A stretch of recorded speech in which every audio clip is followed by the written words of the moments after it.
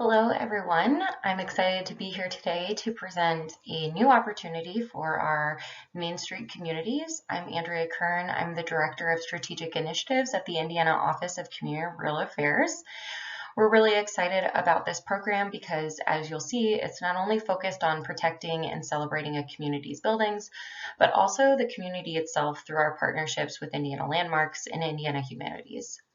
This program will provide eligible Indiana Main Street communities with an additional tool in their economic vitality toolbox that will help stimulate local economies using an innovative funding mechanism to preserve downtown historic buildings. A priority for our agency and our state is economic development, and as Main Streeters know, historic preservation can truly act as an engine for economic growth. Preserving Main Street also includes multiple capacity and leadership building opportunities through our partnerships with Indiana Landmarks and Indiana Humanities. And with that, let's dive right into it. Starting out with the agenda for today, we're going to go over the program objectives, do a deep dive into the program overview, explain eligibility, application, and application best practices, and next steps.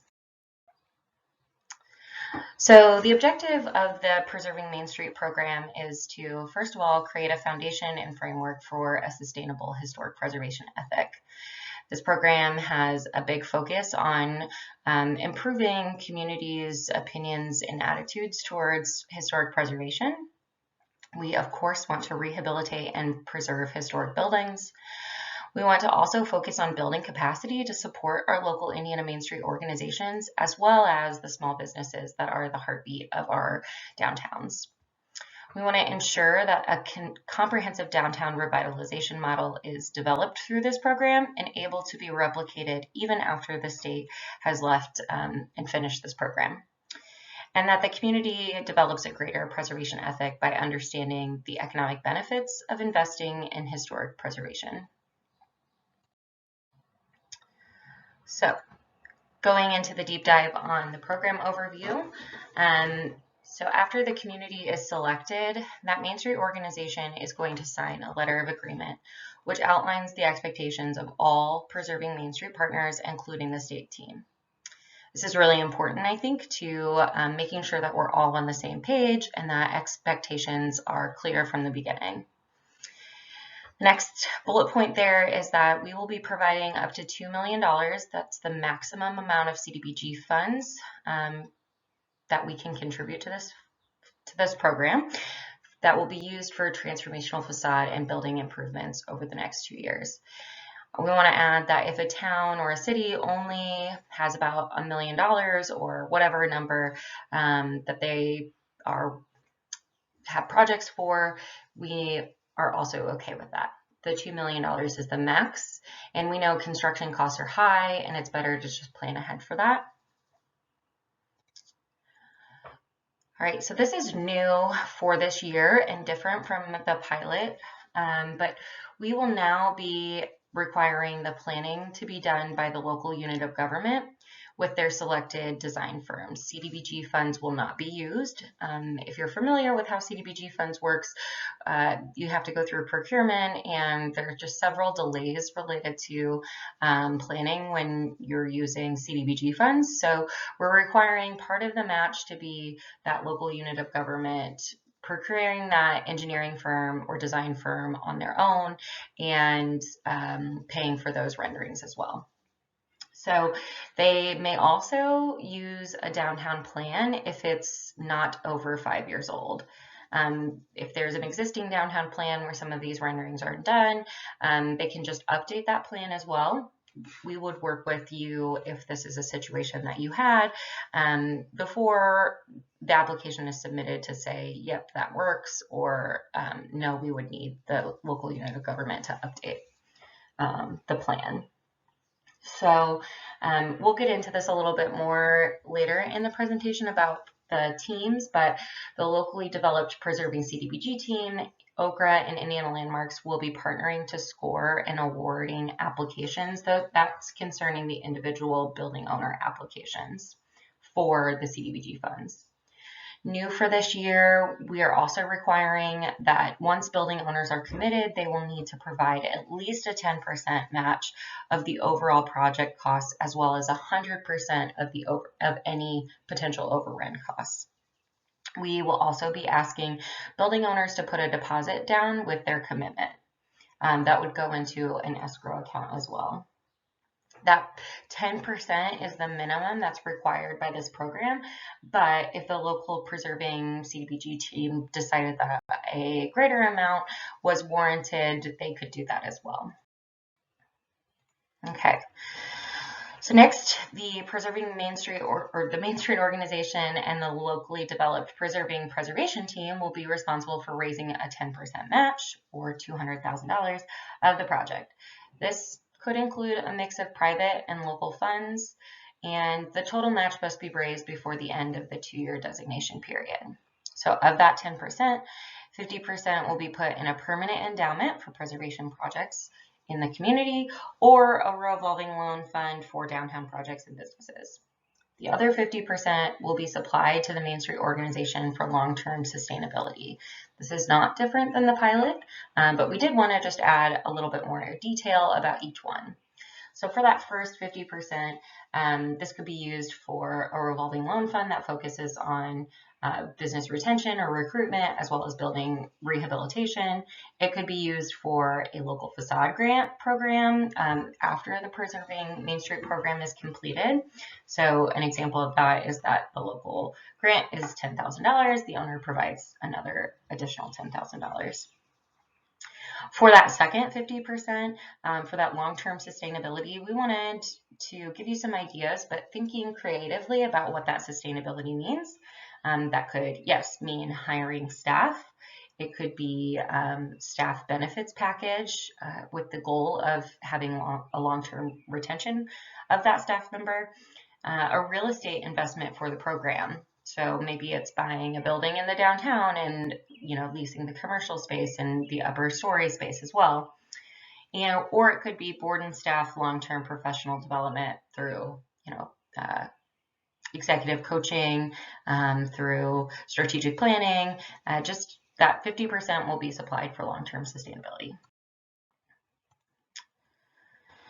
Okay, so again, getting back to our partnerships with Indiana Landmarks and Indiana Humanities, which are both really crucial to the success of this program.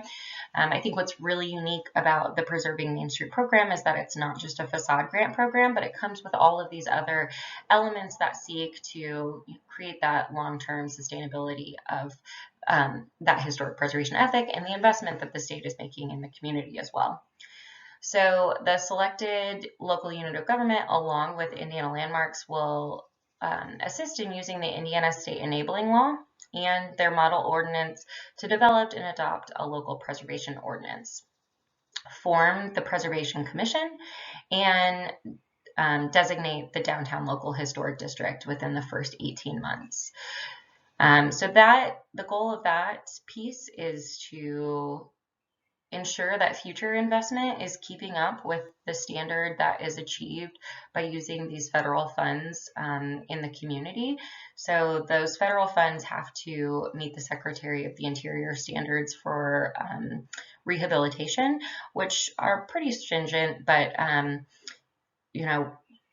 just want to protect that investment going forward, that if one building owner has been required to put in new wood windows, or done a really beautiful storefront design, that their neighbor is also held to that same standard as well. Also, just a side note there is that new commission members will be required to attend camp training. That camp training is offered through the National Alliance of Preservation Commissions, or NAPC, and is provided annually during the Indiana Preserving Historic Places Conference.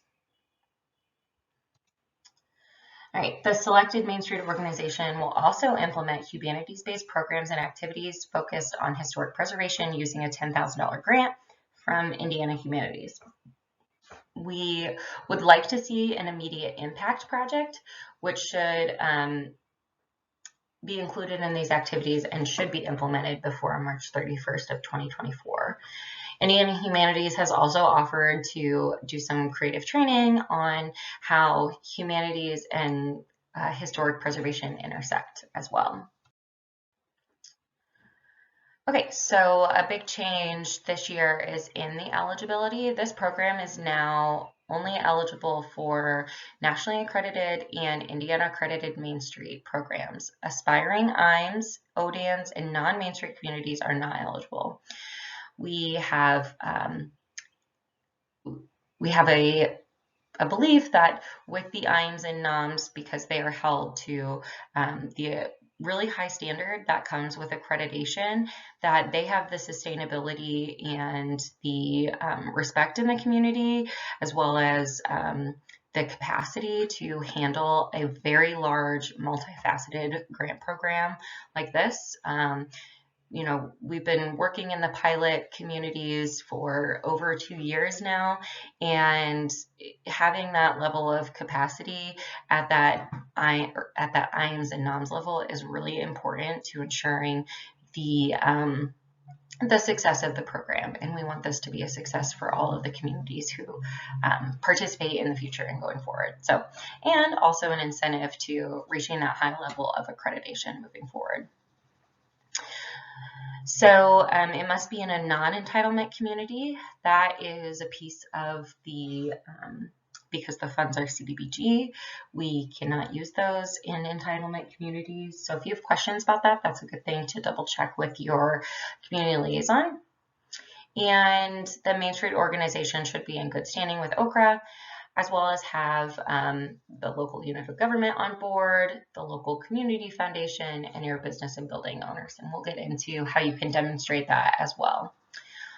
Just one other note is that this program will count against the community's number of open CDBG grants. Now that PreservINg is part of our regular offerings, this is going to be counted as one of the community's open CDBG grants. Okay, so just wanted to take a minute to kind of celebrate the success that we've had in Brookville and Kendallville, and just give some real impacts that the program has had so far. So in Brookville, they have raised 110% of their match, which is incredible, and I know they're working really hard to just exceed that goal as well. They have successfully created their Historic Preservation Commission and started to review certificates of appropriateness for new development in the downtown. They've created 12 narratives that are part of their Walkthrough Brookville History Series as part of their Indiana Humanities grant. They've hosted 6 education classes related to historic preservation and became nationally accredited in this last accreditation round.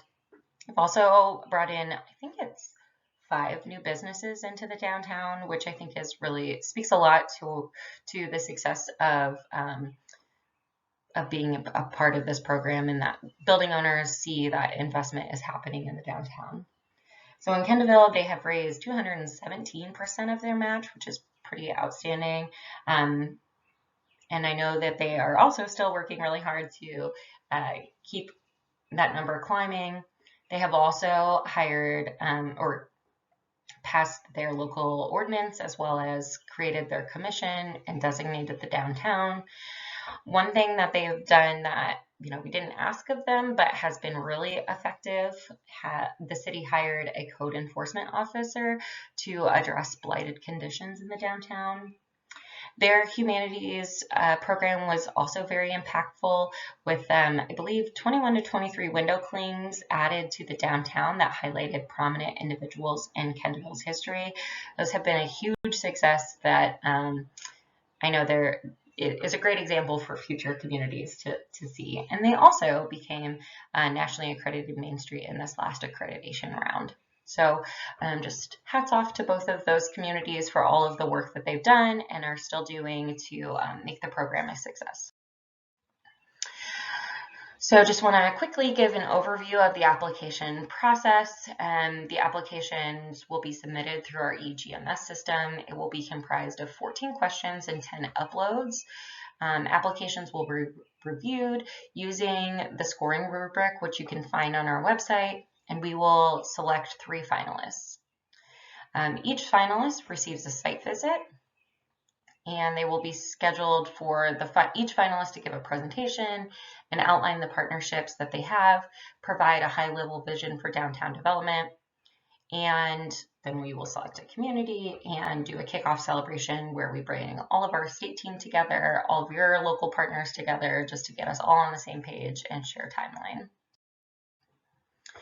Okay, so just want to review real quick some helpful hints, both for the GMS system as well as just the application in general. So first, start early, give yourself plenty of time to research, gather information, and write a compelling application. Please do not wait until the last minute to do this. Understand the requirements, read the grant guidelines carefully, make sure you understand those requirements, deadlines, and eligibility requirements. We also want you to be sure to follow the instructions. Make sure you follow the grant application's instructions. And we always say it's best to compose your questions in a separate document and then copy and paste that into eGMS. And when you're working on those questions, be sure to tell a story. Use a narrative format to tell the story of your organization and its impact. Use concrete examples and data to illustrate your achievements. Be clear and concise, avoid jargon, technical terms, and be sure to answer all questions directly. And then make a case for your project. Clearly explain to us why this opportunity is important, how it will benefit the community, and how it aligns with your organization's goals. And then make it easier for yourself and collect all attachments prior to uploading. And then lastly, get feedback. Have a colleague or mentor review your application before you submit it. Fresh eyes can help catch errors, provide valuable feedback, and help you strengthen your application.